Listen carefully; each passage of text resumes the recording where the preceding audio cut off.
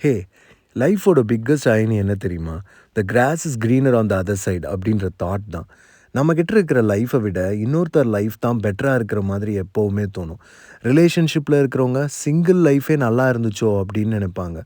சிங்கிளா இருக்கிறவங்க கமிட் ஆனா நல்லாயிருக்கும் அப்படின்னு யோசிப்பாங்க.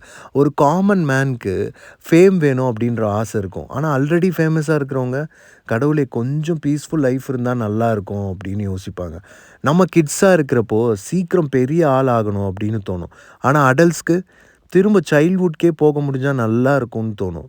If you are working leave இருந்தா நல்லா இருக்கும்னு யோசிப்பீங்க. பட் வொர்க் இல்லாதவங்க ஒரு ஜாப் கிடைச்சா போதும்னு யோசிப்பாங்க.